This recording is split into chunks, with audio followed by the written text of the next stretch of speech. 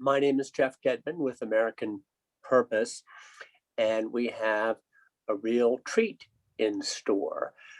First things first, how in the world did we get into this evolved and evolving topic, the rebirth of conversation?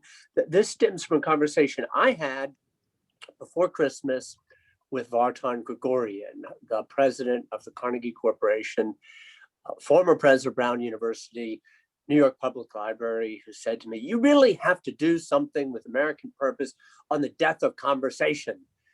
And in the course of our chat, we gave it a twist. And I think I said, well, we could be a little bit more upbeat or forward-leaning or aspirational than that.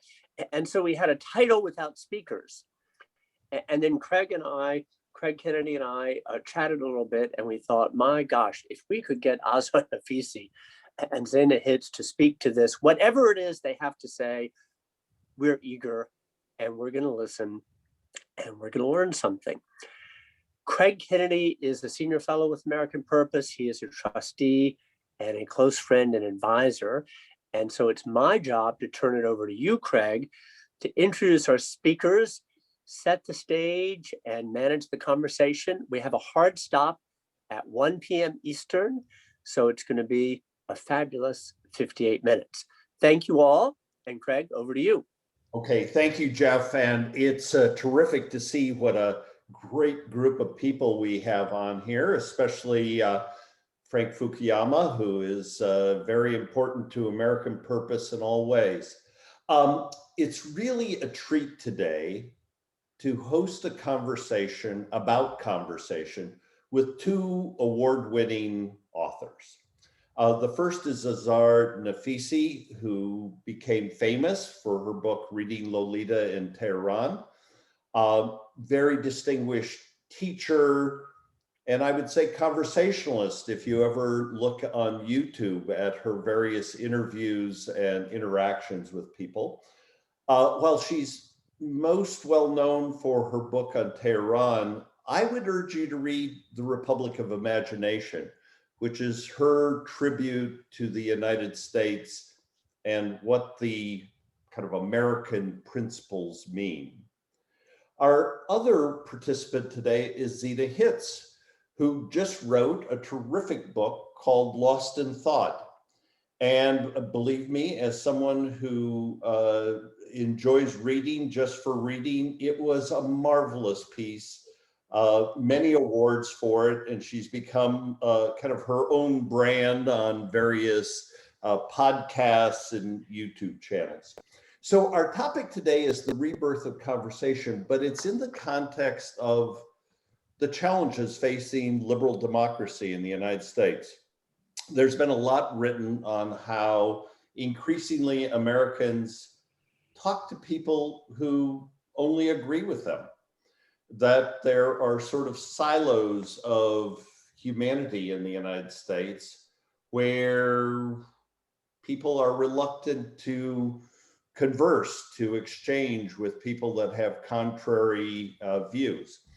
I think if you go back to the first essay that started American Purpose that Frank Fukuyama wrote, he points out that one of the real functions of liberal democracy is how do you manage a pluralistic society? And it seems like it would be really hard to do it if you don't have conversations that cross political and ideological lines.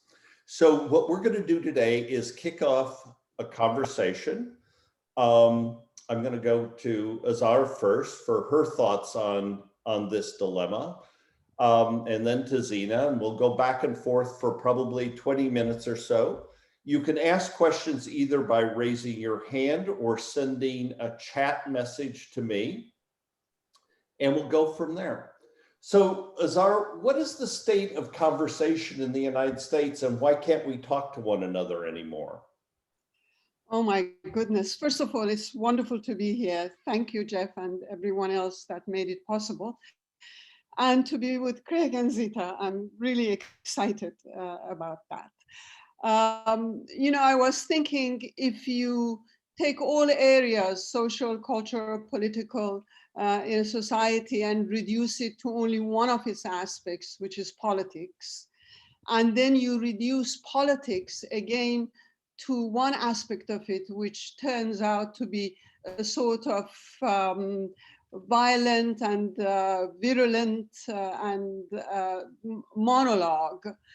Then you have what we in the United States are approaching right now, that kind of non-conversation that is going on, because everything has been so politicized. Even talking about masks that are, you know, part of our survival has been now reduced to this. But I don't think that politics alone is responsible for the state of affairs. It goes much deeper than that. Politics is just a manifestation of something that is wrong with us on a deeper level, and it touches upon all aspects of our lives. To have a great conversation, you need to want to connect to others. This is very human. And in order to connect to others, you need to have a bit of a curiosity, the desire to come out of yourself and join others and know others and listen to voices of silences. That is what you need. And we have lost that urge towards curiosity. And to not have curiosity usually leads to empathy, to the desire to listen to others. And how can you satisfy that desire when you have lost the urge to know other people? When we look at our adversaries and opponents only as enemies and dehumanize them. So that is the question, how to bring back curiosity and empathy into our lives. Thank you. Zena, what are your thoughts on this? Yes, well, I'm also thrilled to be here, especially with Azar Nafisi, such a distinguished author and teacher. And she's very much thinking, the thing that really struck me, what she said that I wanted to amplify is the narrow focus on politics and an aspect of politics is really a symptom of the difficulty. And what I think sometimes we imagine in these conversations that the problem is the way that we talk to each other about politics. That is, somehow there's some magic trick where, you know, me and someone who's on the opposite end of the political spectrum from me on a topic that we both care deeply about, if we were only adopted some civility or some principles, we'd be able to talk to one another.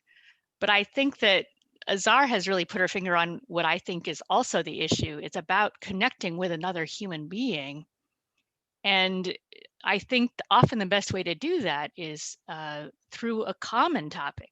So, you know, the thing I talk about these days a lot is reading books together. Okay, reading good books, even great books, and having conversations about them, about fundamental questions of human existence. That's part of my purpose as an educator, and that's what I'm promoting in my book.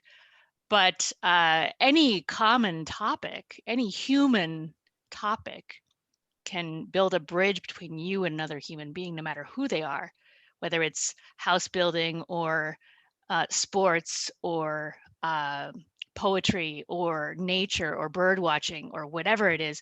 So I suspect that the impoverishment of our connection with one another has to do with the impoverishment of our interests in the world. And if we focus only on a certain kind of superficial politics, all we'll see in other people is enemies, and we'll become increasingly addicted, as I think most of us are, to contempt, superiority, outrage, this act of looking down and on someone else rather than looking at someone else, trying to see the world as they see it. So I suspect that the solution involves, all kinds of ways of reviving things, activities that we have in common, build friendships in other areas, build bonds with one another in all kinds of things. And that, it seems to me, will open up real conversation of a kind that we need on every topic. Zena, let me just follow up a little bit with you. You've really become, in some ways, the voice of, I don't know, a great books revival and a champion of great literature. Right at a time when on many college campuses, these books that used to be at the core of most curriculums are really under attack. Does that worry you? Is that part of the problem, that people no longer read the same things? We don't watch the same television shows. There's so many things that have become atomized and broken up or challenged that used to be at the core of this common purpose. Well, I think that part of what we see in the debates about college campuses is, so the quality of the education on a college campus has declined dramatically. I think everyone knows that, however widely it's acknowledged, I don't know. But we still have arguments about what books to read at a time when very few people are reading at all. So we're having arguments about books that actually, in fact, no one's reading. So part of the way I think about these things is we need to revive the practice of reading, and especially reading together, and set to one side questions about what is this thing that should all be in common. Do it piece by piece. But I do think that people need to be reading not just books, but some of the same books. And that will be part of the key to reviving a culture of conversation, however that happens. Azar, does that make sense to you? I mean, you're a champion of reading together.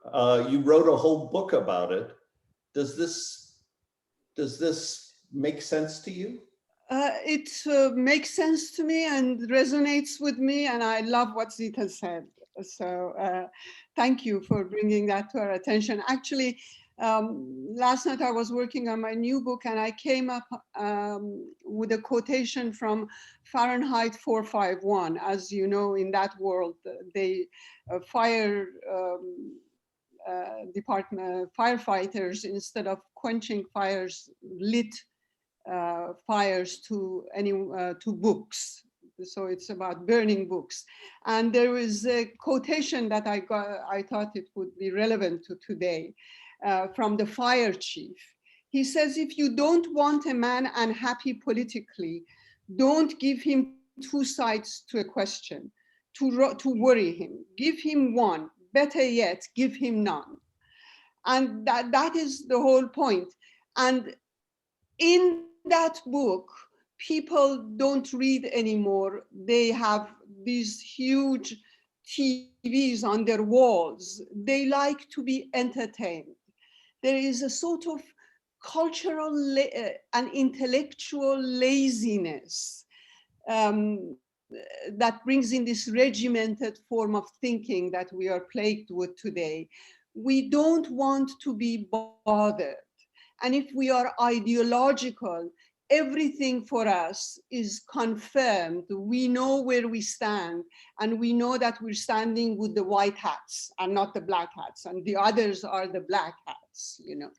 It is a very comfortable place to be, and it is very difficult to fight it. But in fact, I'm so glad Zita brought up the question of books, because preparing for this conversation, I kept going back to fiction and thinking that how much of fiction and of literature and arts and music are in fact conversations.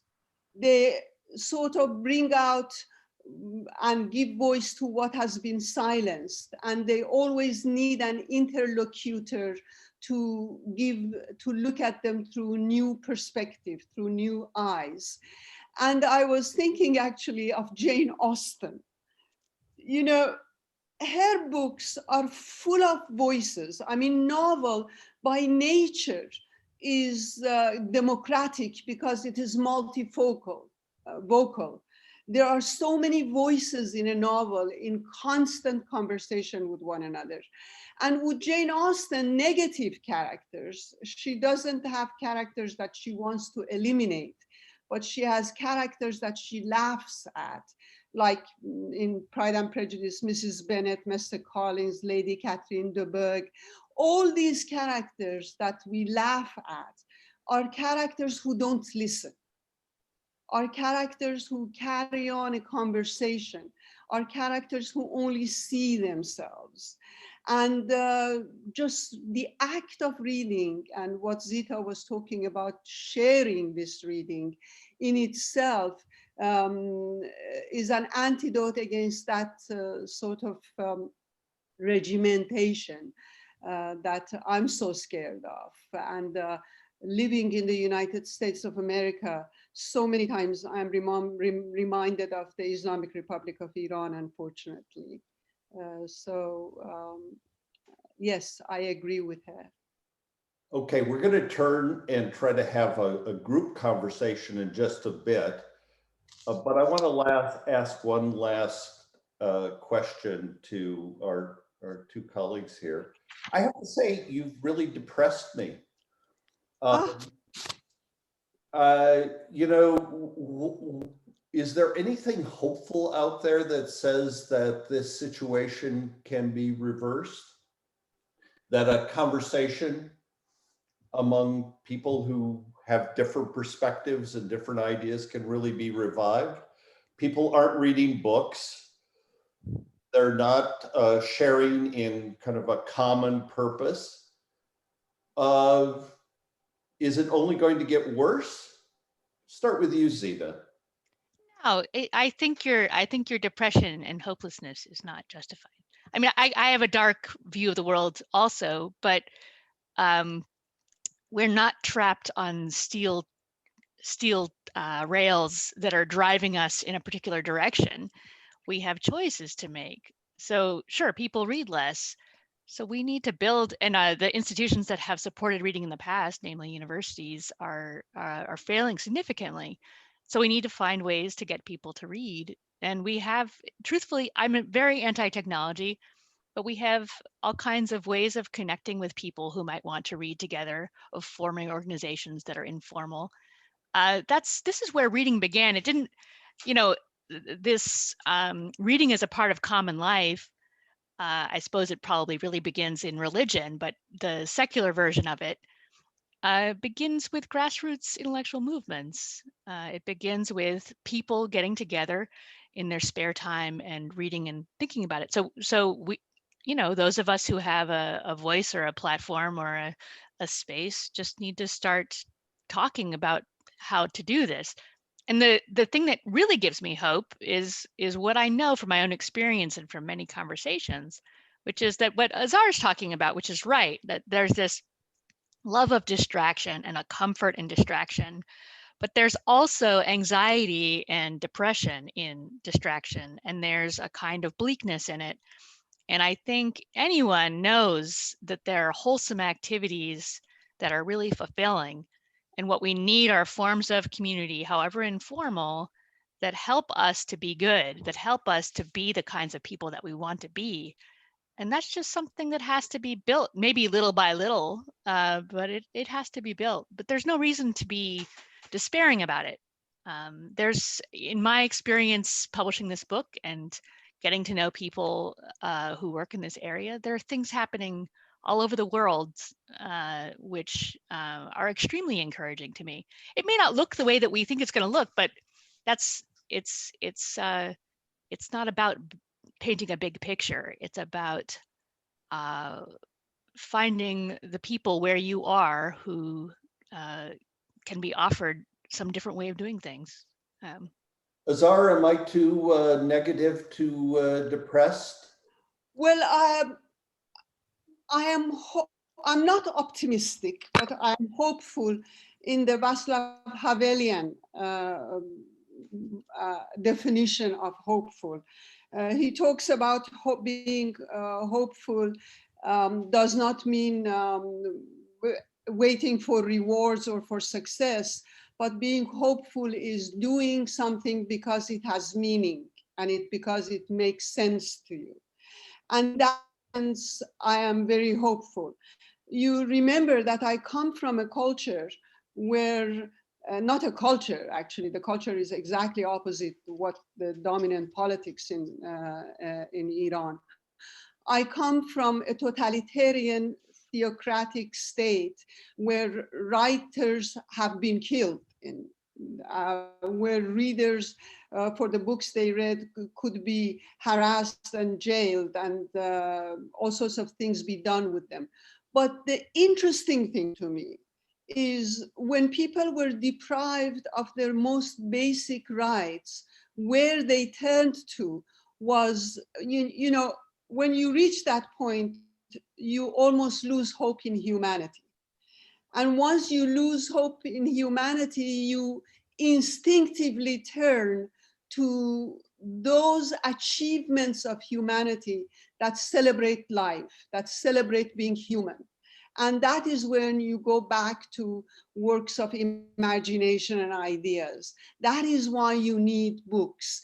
My hope is that because being human means being curious, because it is a survival kit to be curious and to be empathetic. It is a necessity for us to survive as human beings. My hope is that because of that, we will never give up. That in one way or another, it has already started in the United States, but it will grow. And the point is that we as readers and we as citizens of this country would have to make the choice whether we want curiosity and empathy to be with us or not. So it is a choice. And since I hate slogans, I will end with a slogan, readers of the world unite, I think. Okay, we're going to start the conversation now. We're going to let Nicole Penn kick it off. Prove me wrong. Let's have a serious conversation today. You can raise your hand or you can send me a note by chat. I'd love to hear, especially from the people in academia, if it's quite as bleak as Zena painted it. Nicole, the floor is yours. Hi, everyone. Thank you so much for this beautiful conversation. I'm a program manager at the American Enterprise Institute and am on the editorial board here at American Purpose. So I actually wanted to talk about the mechanics of even just literally having a conversation with someone. And I'm reminded of something that was told to me by my middle school drama teacher, which has stuck with me my entire life, which is that even when someone is talking to you, it is impossible to stop the voice in your head that is kind of interfering in the reception of whatever it is that the person is saying to you. And I saw something literally today on Twitter about some universities that are having these radical listening sessions to address racial issues, and that they are encouraging people who participate in these sessions to have no thoughts when they are having these radical listening sessions. And so I was just thinking about the tension between those two things and wondering, do we just need to give into this? Do we push back by saying, well, that's impossible? You're constantly filtering and interpreting whatever it is someone's saying to you. Or is there a way to use that interior voice or mobilize it in such a way that it does create a bridge of empathy to the other person? Could this inevitable thing be used for good? Azar, why don't you respond first? Well, I do think that it is also a matter of choice. I mean, how much we both empty ourselves of our own voice and at the same time find that voice within us which is sleeping and which someone else will bring back to life, will awaken. I think that is what great listening is all about. Yeah, I think what Azar said is beautiful, but and not there's no but really, but I had a different. I heard your question a bit differently, and I suppose I thought about it from the perspective of myself, who's, despite the fact that I'm promoting conversation, I'm a terrible listener. It's one of my vices. I'm always thinking my own thoughts, and I'm not receptive to others. And I know that the trick, and it's connected to what I was saying earlier, the trick for me is to really put myself in a position where I need to hear what the other person is saying. So for me, it's, reading, say, Maxwell's equations with my students, which I can't understand unless I'm talking to someone. So you're hanging on the lips of the other person because you need to hear what they have to say. But that's a choice. You have to make the choice to put yourself in that situation. But that's what it seems to me, that's where real empathy grows from, is a real shared interest. And that's why conversation and community are really, in my mind, very, very closely tied. It's your shared interest that binds you together. And empathy and self-sacrifice and generosity follow from that. But you need to start with what you need from that other person. And you need to recognize it, and you need to cultivate it. Mark Plattner, does any of this make sense to you? Myself, can you hear me? Yep.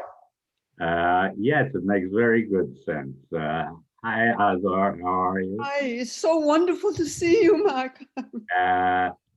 Yes, well, I have, I guess, what is a social scientist question, although I usually don't identify myself as such, which is the premise of this whole conversation has been that there's been a steep decline in reading.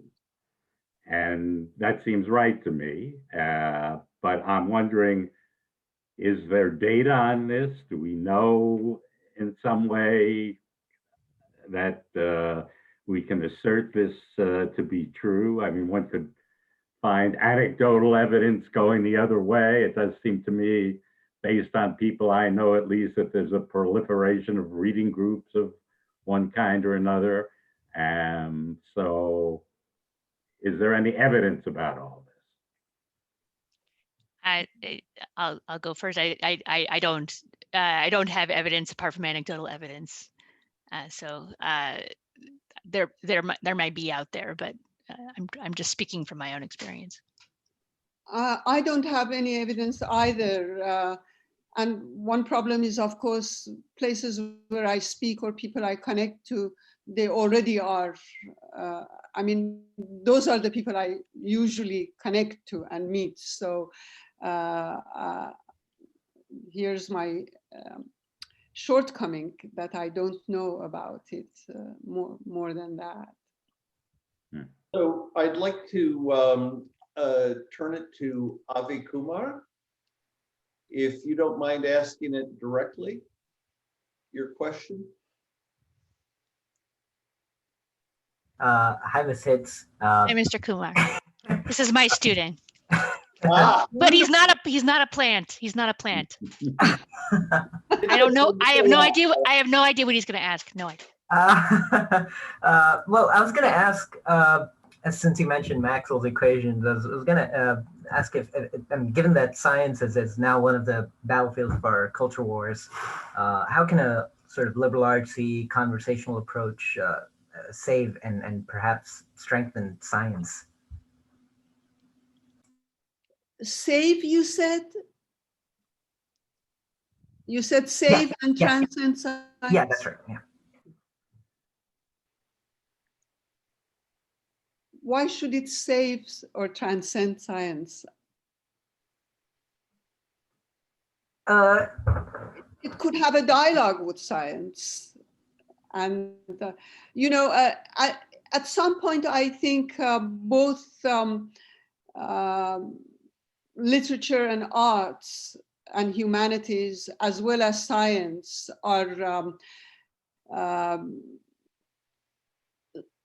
their survival depends upon empathy and upon curiosity.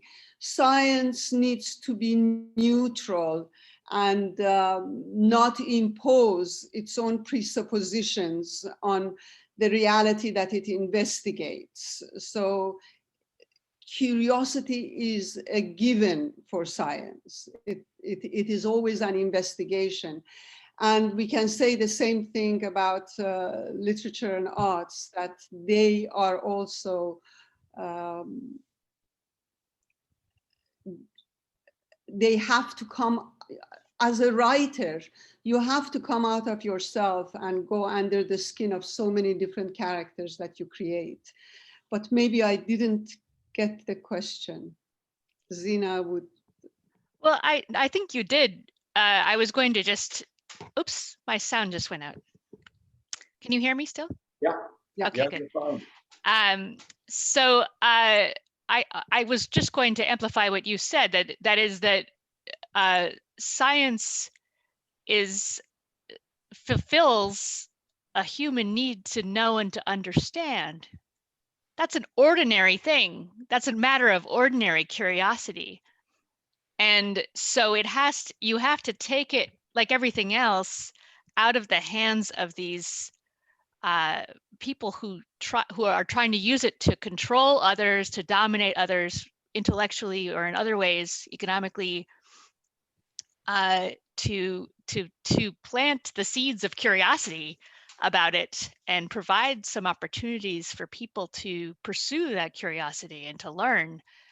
That's how you, I mean, this is just, I feel like I'm saying the same thing over and over again in this session. That's how you're going to save it, is by sowing the seeds of the natural desire for it in all kinds of people, and let it grow where it is. But it has to be, there's no top-down solution to these things. I think we live in such a top-down world that we only think of top-down solutions, but that's a mistake. We have to do things differently. Okay, Azar Tucker, and then Devorah Goldman after that. Hi, I was just thinking, looking back at my academic background, that there are different modes of non-reading. That is, when I was a young academic, the usual way of non-reading was to refer to books that people didn't read and as sources, give footnotes to things people never read.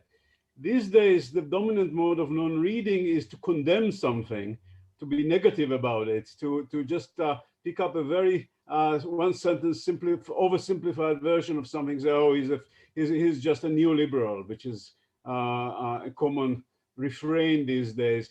And that's because, and then it becomes part of this echo chamber that people are reinforcing each other's excuses for not reading something by condemning it without really knowing what this is about. Whereas in the old days, it was just footnoting exactly the same books that nobody read.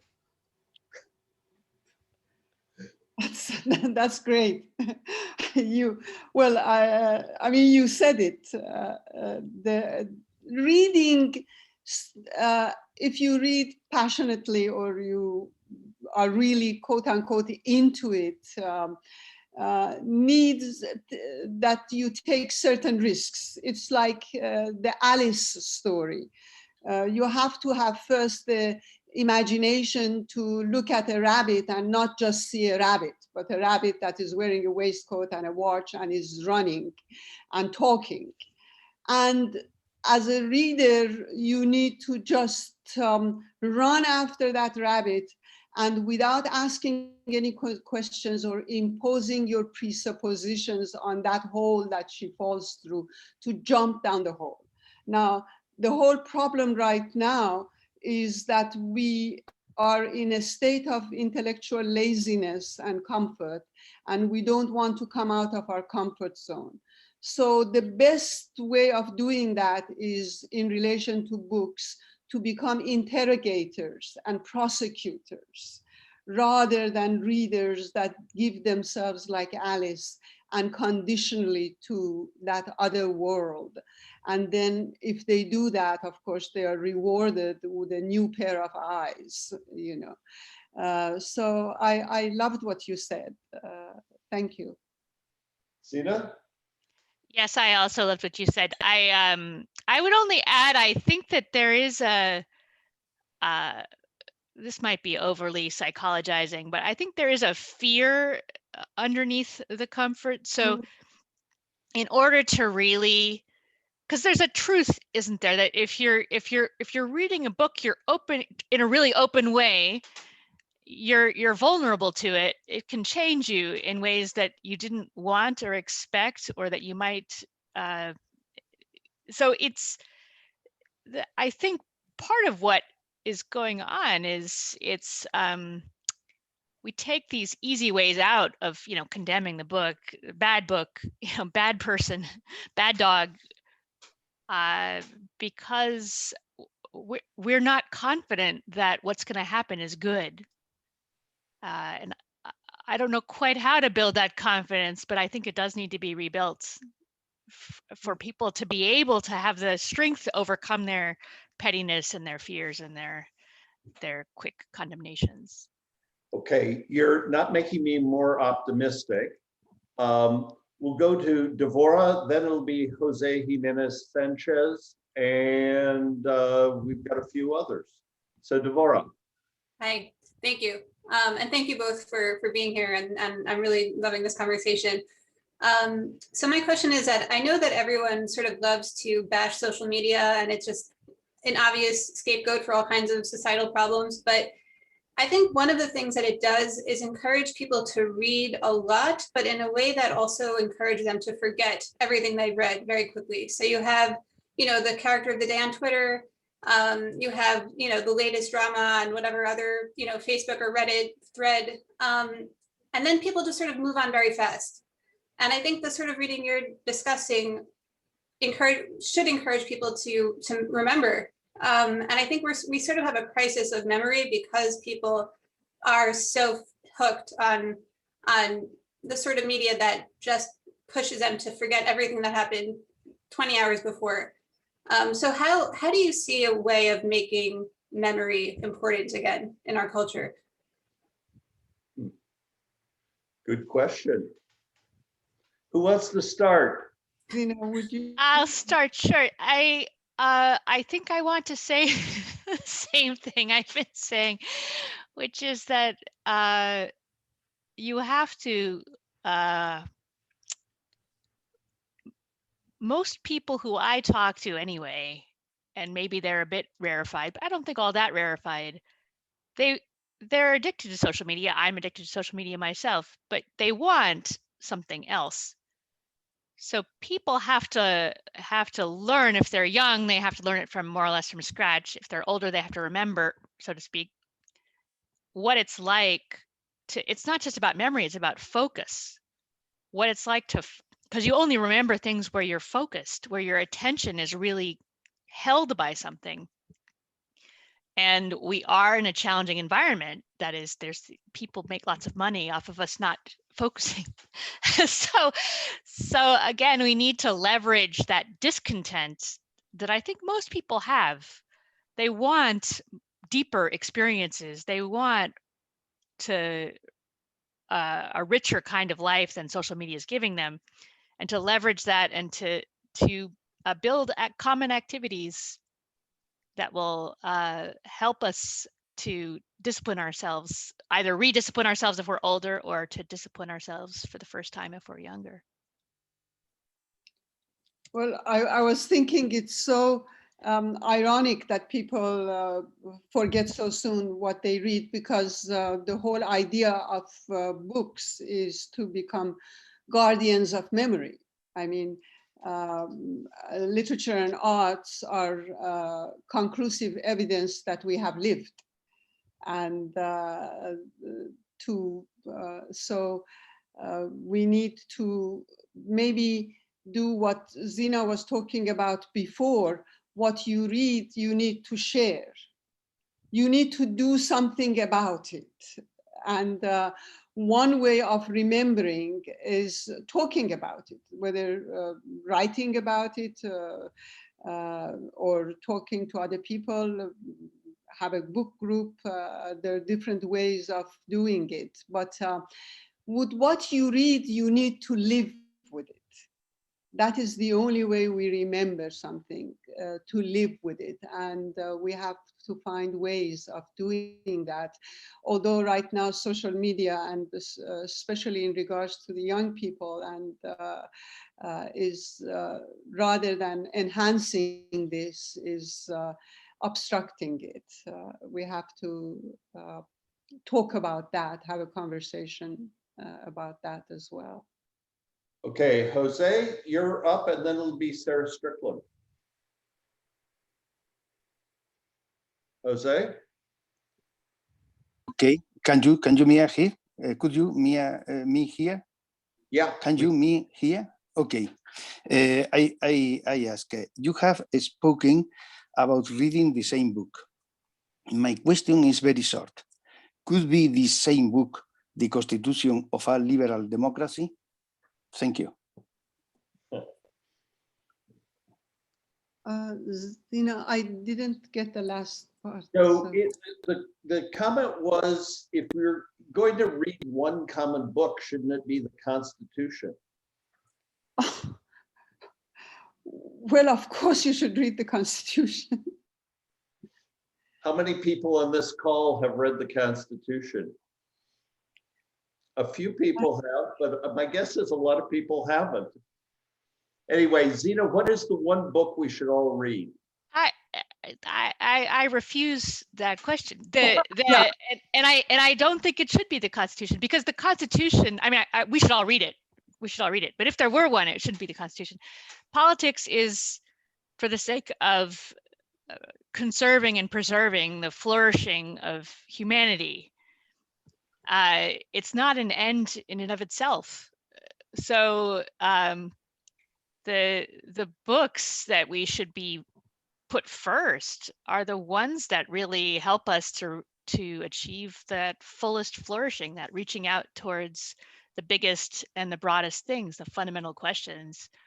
There's a lot of books. I'm not going to pick one. I'm just going to refuse. There's philosophy, there's literature, there's science, there's political theory, there's history, there's, okay. If the Bible is a great book, not read enough, as read as enough, as read as it is. So I don't think there should be one book. I don't think it should be the Constitution. And I think that honestly, we get ourselves stuck when we think about these questions about what should we make everyone else read. This is something we decide together. Okay, if we've read the Constitution, we know that we're conceived as, in some sense, equal participants in this, in some sense. And that's how we need to figure out what to read, by talking to one another and taking an interest in one another, and finding the wise people and listening to them, and so on. So that's my view. Okay, Sarah Strickland, and then Robbie. Yeah, I was. Can you guys hear me? I know you can't see me. Can you see me? Yeah. Yeah. Oh, you can. I can't see myself, so I don't know what happened to my little picture. Hi, I feel like I'm in a very august group of people. I live in Robbinston, Maine, which is very rural United States of America on the far east coast of the United States. Small population, and I read the American Purpose letter. So that's how I got here, because I was intrigued by the conversation.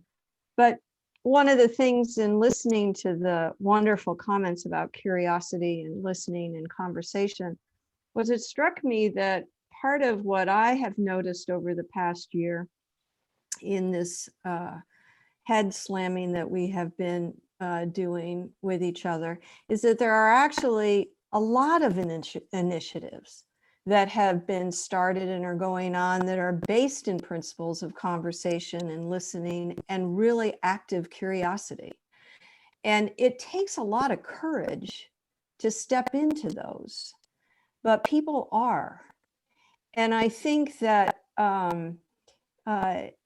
part of what's important about of this important conversation at the kind of meta level, from my perspective, is to acknowledge that there's real practical experience happening on the ground with people, and that we should be really paying close attention to that, where it's working and where it's not, because there's just a lot to be gained right now for the people who are being courageous in entering into those experiments, which many of them are, and the active amount of listening that needs to happen in order for them to be, in order for people to come back, you know, and feel like they're heard, and can be there authentically. The other thing that struck me, I love the conversation about memory, and I'm not well versed in this, but I do believe that memory is linked to storytelling. And whether it's in a book or whether it's generational stories that are told, I mean, and maybe it's the disconnect between, as people were noting, about where our stories are coming from and our own capacity to actually tell our stories verbally to our kids or to our family, and you know how much that's getting compromised by sound bites and Twitter and, you know, 28 letter emails and things like that. So anyways, those are some observations. I'm really enjoying this conversation. Thanks for letting me hop in. So Zena and Azar, how do you get people to be willing to take, I don't know, the risk of sitting down with others and having a serious conversation? What's the trick? I mean, Azar, you did it in very difficult circumstances in Tehran years ago. What's the trick? Well, you know, with Tehran, the thing was that we were in a state of deprivation. Everything that we had considered as normal part of life, it's a little bit like COVID, had been taken away from us. And so one way of communication and connection I discovered when I was in Iran, because I couldn't say things directly to people, one way of dealing with it was to put them within a different kind of experience than the one they were experiencing, and that was the experience of the books. And because we were disconnected from the world, one way of going about connecting to the world was through books and music and art. And no matter how hard the regime tried to force us not to do that, it became so that not just people who were opposed to the regime or not part of the regime, but people who were part of the regime, especially at universities, the Islamic student associations, they became interested. I remember I had a student who was in a high position in the Islamic Students Association, and she was a very orthodox person and related to the regime. At the beginning of the term, I was teaching Wuthering Heights. She came to me and said, "You have to take this book out. It is about adultery." And I wanted her to bear with me, and we would have this conversation one more time. At the end of the term, she told me in her dormitory, they're making fun of her all the time because all she talks about is Catherine and Heathcliff. And is there another book that I can recommend to her? So for me, books literally, and I'm not exaggerating, I'm not trying to be melodramatic, literally books became a way of survival. And I'm sorry I'm talking too much, but one small thing to say. I left Iran when I was very young, around 13, to continue my studies in England.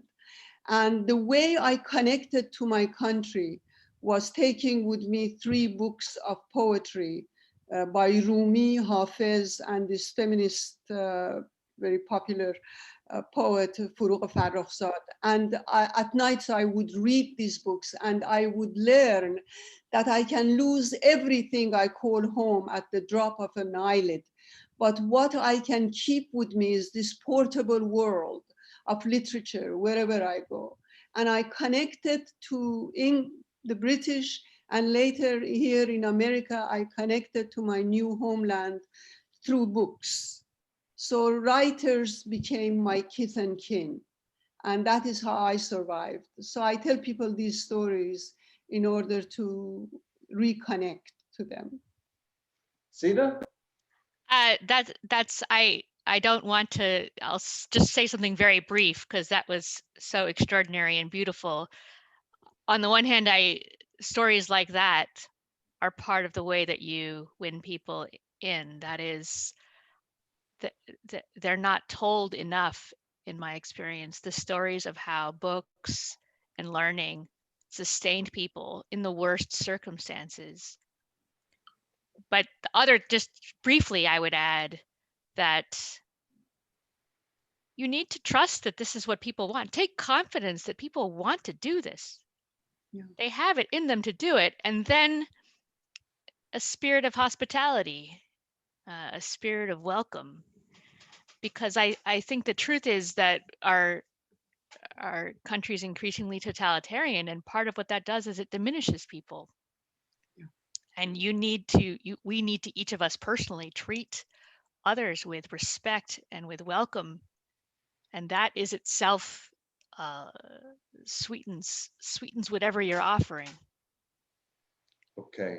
Robbie Dillon.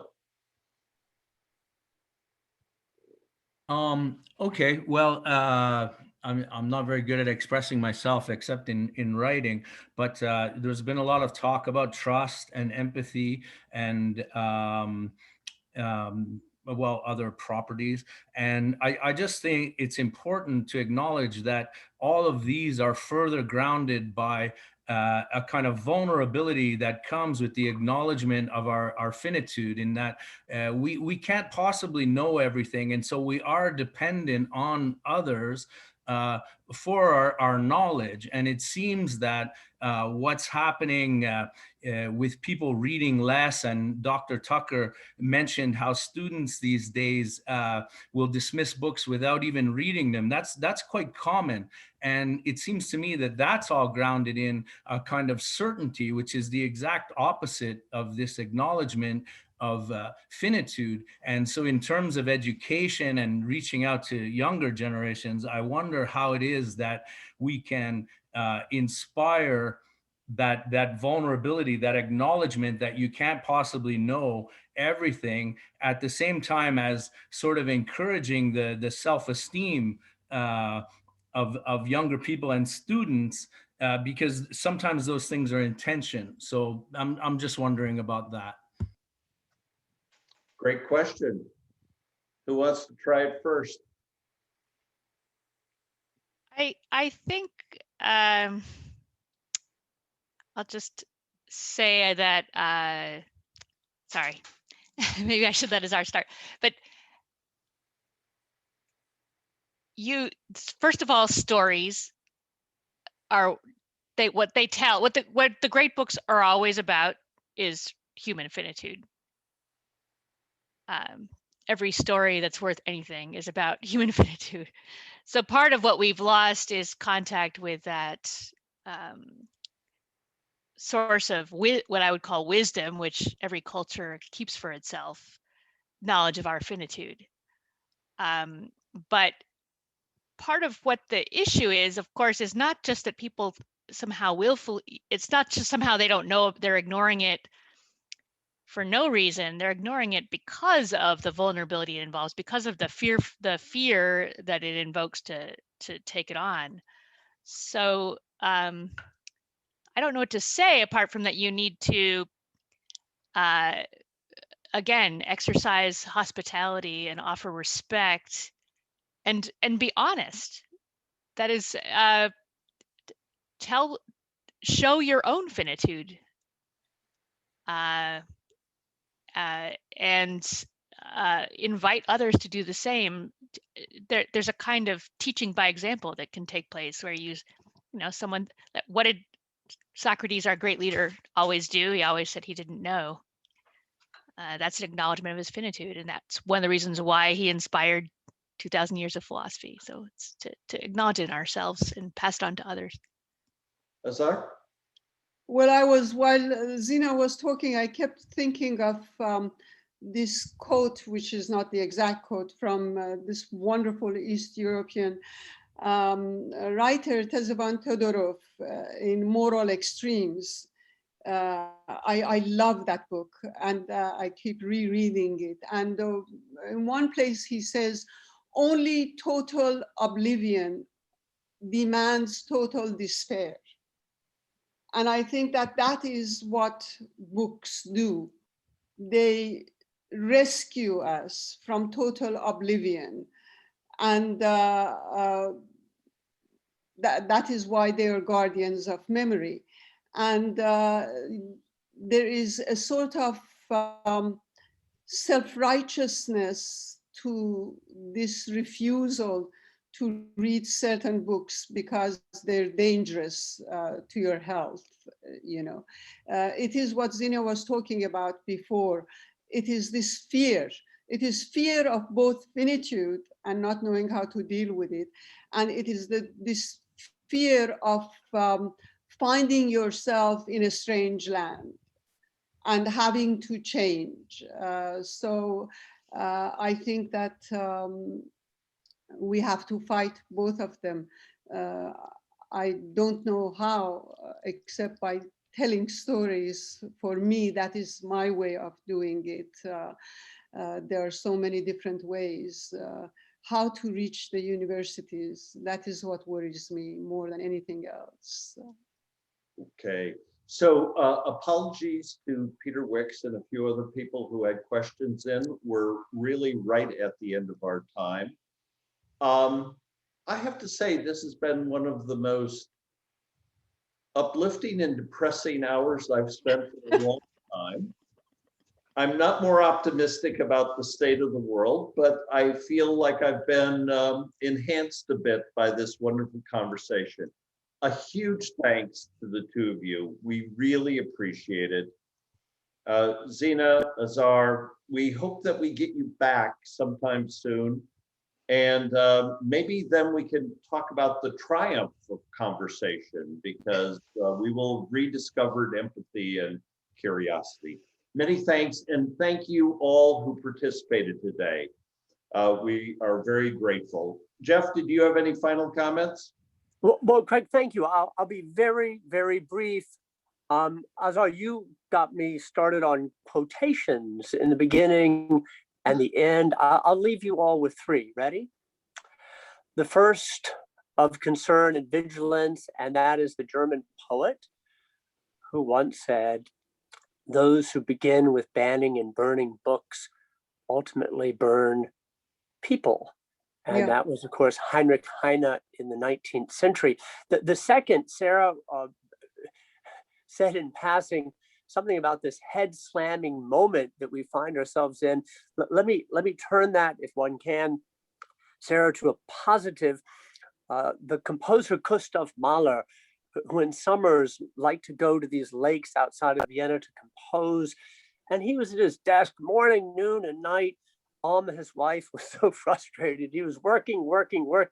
He wrote in one of his letters, "I felt like weeks I'm banging my head against a wall, but the wall has started to move." Certainly that's a case for persistence and tenacity. And the last but not least, Craig, to charm or cheer or quarrel or keep you on board, and I have no doubt you are on board, I go from Mahler to Matthau, forgive me. Do you remember that movie years ago with Walter Matthau and Jack Lemmon? And they're quarreling about something, I think it was a woman, and Jack Lemmon says, "It's too late." And Walter Matthau says, "It's never too late. That's why they invented death." This conversation has been really an hour of encouragement and energy and aspiration and inspiration. Beautiful job in managing, Craig. Everybody, thank you. And Zena, Azar, we're indebted to you. Great conversation. Thank you all very much. Thank you so much. Take care. Thank you, Craig. Thank you. Bye-bye. Zena.